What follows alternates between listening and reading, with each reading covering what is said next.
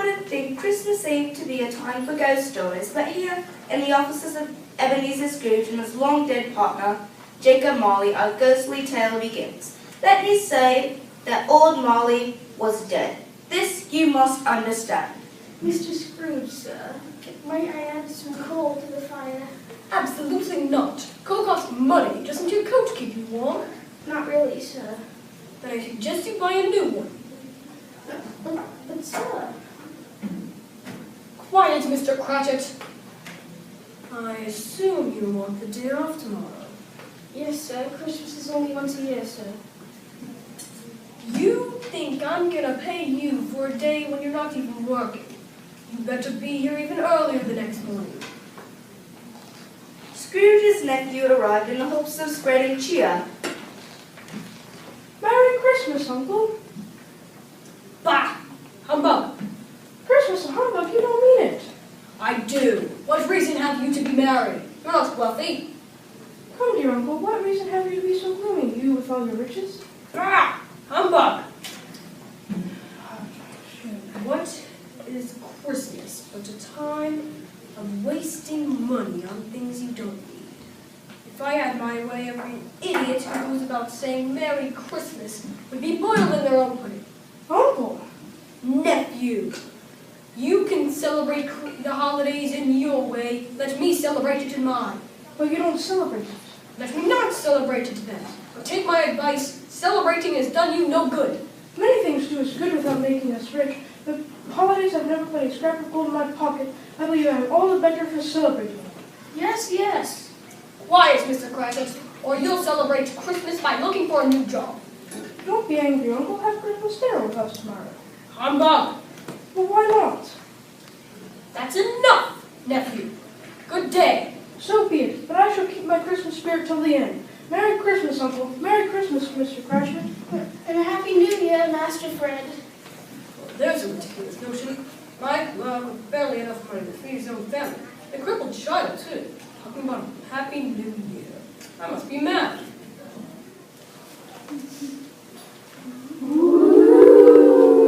Scrooge sat by the fireplace in his dreary house. He heard the door fly open and the rattling of chains.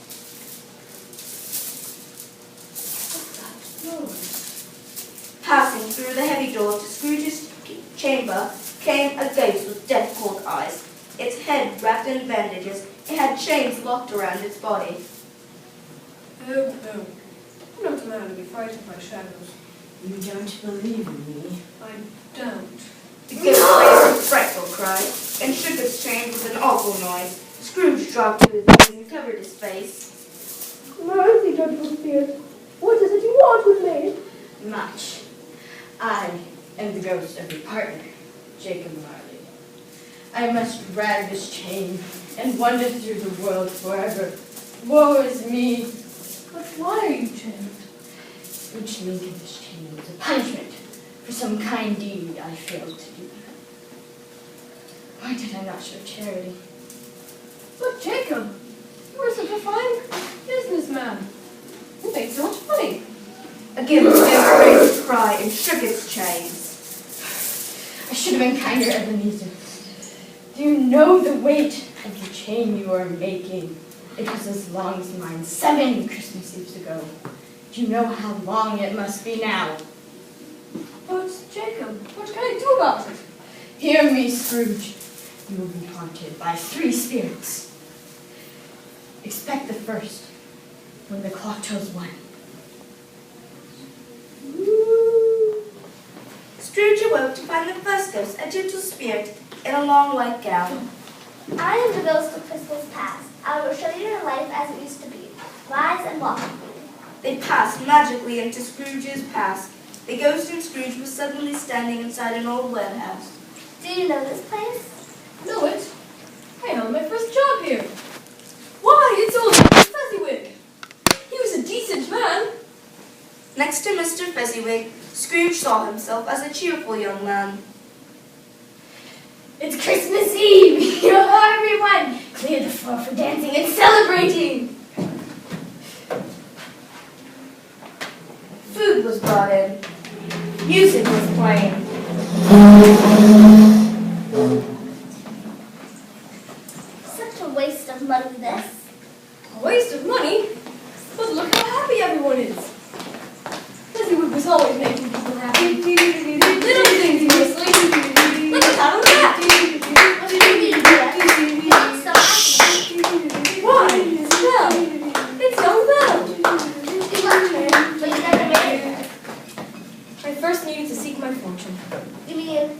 You can make no money by simply loving her?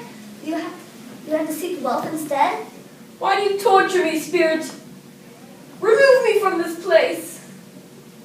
The spirit disappears. Scrooge finds himself back in his own bedroom.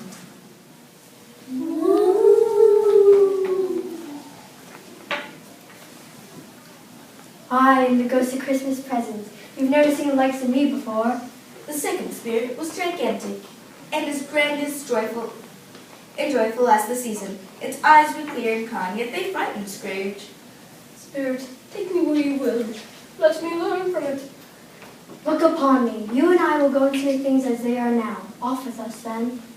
The ghost and Scrooge appeared in the doorway of a small house. Where are we? You don't know the house of your own clerk, Bob Cratchit's? Come inside. The family is sitting down for Christmas dinner. Tiny Tim hobbled to the table using an old wooden crutch.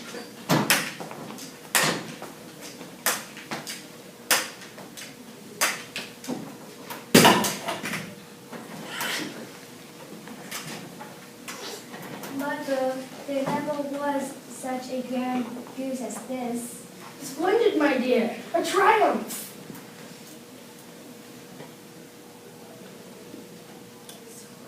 A small goose. You're thinking for the prize turkey. It's all they can afford, not a very well-off family. True, but a happy one.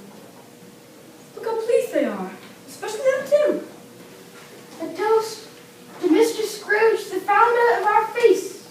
The founder of our feast indeed. I wish he were here now. I'd give him a piece of my mind to feast upon. My dear, let's not eat bitter. I'll toast to his health because it's Christmas, but that's all. Merry Christmas to the stingy, unfeeling, unkind founder of the feast, Mr. Scrooge. Merry Christmas! And God bless us, everyone. Spirit, will Tiny Tim live? I see an empty seat. I see a tiny crutch with no owner. No, Spirit. Oh, tell me he will be all right.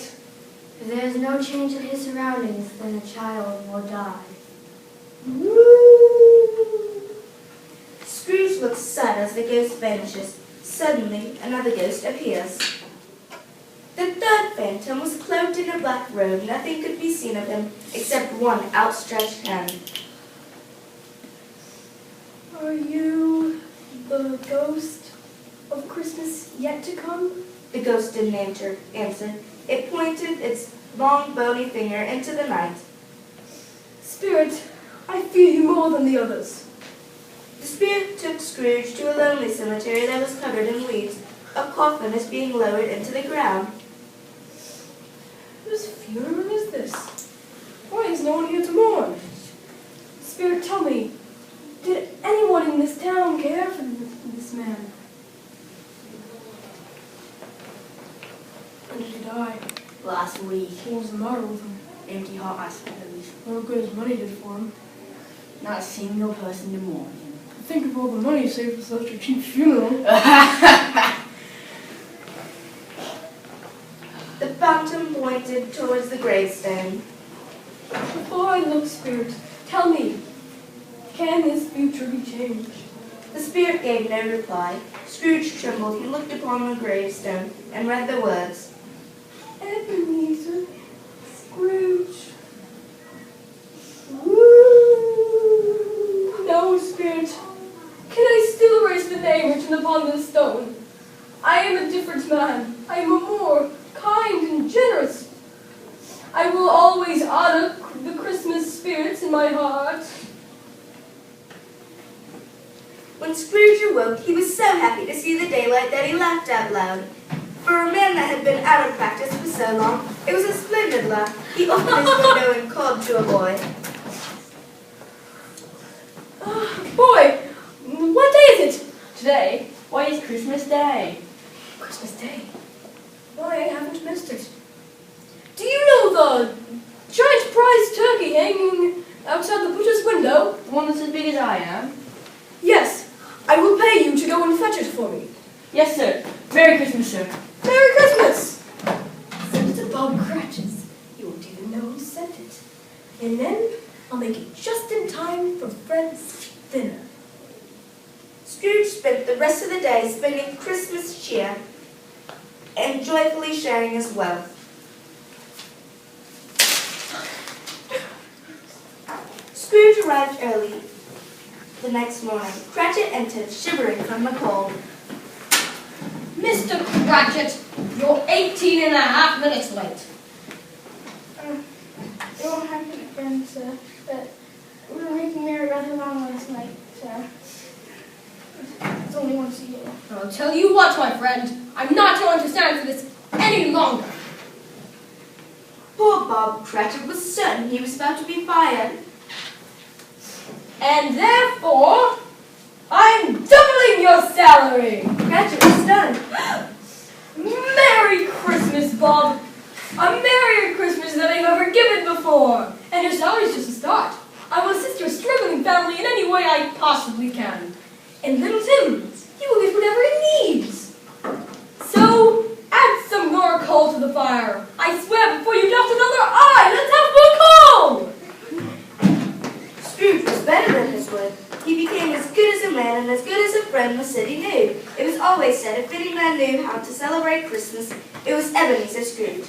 May that be said of all of us. And God bless us, everyone.